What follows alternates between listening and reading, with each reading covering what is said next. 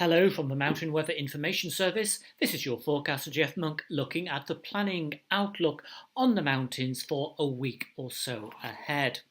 Just a few words to describe what's going to happen over the next week.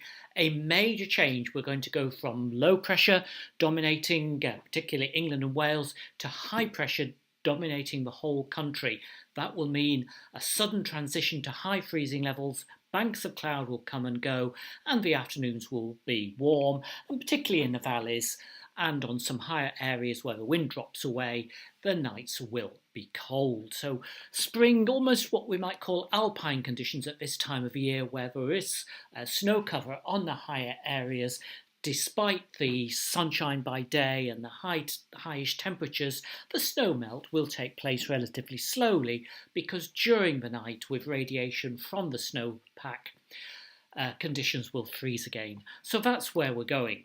Very quickly through the weather sequence, these charts courtesy of weatheronline.co.uk. This is a average chart for tomorrow, Wednesday, an area of low pressure centred over southwestern Britain. It may well be a little bit more complex than that shows, but broadly at this period, much of Britain under poor conditions, particularly England and Wales and southern Scotland. Chilly northeasterly winds bringing that cold air down across the country, so within that circulation of low pressure, temperatures are low, so there will be snow across higher areas where there is precipitation.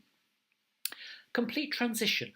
By Saturday, high pressure right across the middle of the country. Indeed, it'll be there even on Friday across Scotland, coming a little bit further south than perhaps we thought a couple of days ago by Saturday, which means a lot of low cloud will tend to drift into western Scotland, and we'll have a look at that in a few minutes. But many areas across central Britain, many mountains almost windless. And if we just follow the sequence, Sunday, then Monday, Tuesday, the high starts to migrate a little bit further north, and then later next week it begins to migrate away eastwards, and we start to see isobars with an orientation, as it were, from south to north, bringing a continuation of mild conditions. The nights will be mild by then, probably much more cloud, some rain due to the remnants of fronts affecting some western mountains, but uncertainty as to how far that penetrates. So what does this mean in terms of weather? Well, going back to the chart for Saturday, even by Saturday, freezing levels everywhere will be way above the summits, and the only places where there will be below freezing temperatures are during the mornings after night frost in valleys, sheltered corries, and one or two higher plateau areas where there's very little wind. Where there is snow cover, as I said earlier on, during the night under radiation, that snowpack will refreeze, thawing again slowly during the day. Sunday, Monday, Tuesday, very high freezing levels. And let's just look at the Scottish Highlands. Sometimes, particularly early on in the spring and also later on in the summer or the autumn, we see some particularly high temperatures relative to what everybody else has over the Scottish Highlands. People sometimes wonder why. What happens under high pressure is that warmer air high up gradually descends, but it rarely reaches the ground. So, in the high summer, with a lot of heating, the temperature warms up everywhere and you get high temperatures. But in the spring and autumn, where we have a high plateau area, such as from Rannoch Moor across to the Upper Spey, with the high ground and not so much heating, the air warms up. But over the low ground, shall we say, of England and Wales, there's just too much cold air to warm up, so you don't get the high temperatures. So I wouldn't be surprised Sunday, Monday, Tuesday, some areas in Scotland to see 17, 18, 19 degrees Celsius, possibly somewhere touching 20.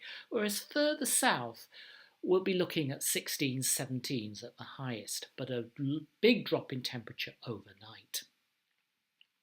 Finally, I want to talk about cloud, because that is going to be the major feature, low cloud. Now, we visualise low cloud increasingly. The European Centre for Medium Range Forecast started this visualisation some years ago, where we colour red as low cloud and blue as high cloud, and if it's in the middle, green, but we haven't got much of that. So on Saturday, lots of high cirrus cloud across England and Wales, but what I want you to focus on is the lower cloud across Scotland. The western northwest highlands look as if they're going to have a sheet of low cloud. Some of the higher tops may penetrate above it, but it doesn't reach the east. So that's where there will be warm sunshine. However, later in the weekend, as the wind turns north or northeasterly, coming in off the North Sea, so the cloud pattern begins to reverse, and we start to see the clearing skies across western Scotland, also Galloway, the Lake District, West Wales, whereas banks of low cloud will come in off the North Sea and shroud other mountain areas for much of the day, covering higher areas, although again, some of the higher tops, particularly in Scotland, may be above the cloud layer under these inversion conditions. And through much of next week, these banks of low cloud will continue to circulate as long as the high stays over Scotland or to the north of Scotland. It's eastern areas which will be most prone to the low cloud, and the west will have most clear sky, most sunshine, and where there is still snow cover, that the sun is strong enough at this time of year to give you sunburn if you're out in the very clear air for lengthy periods of time.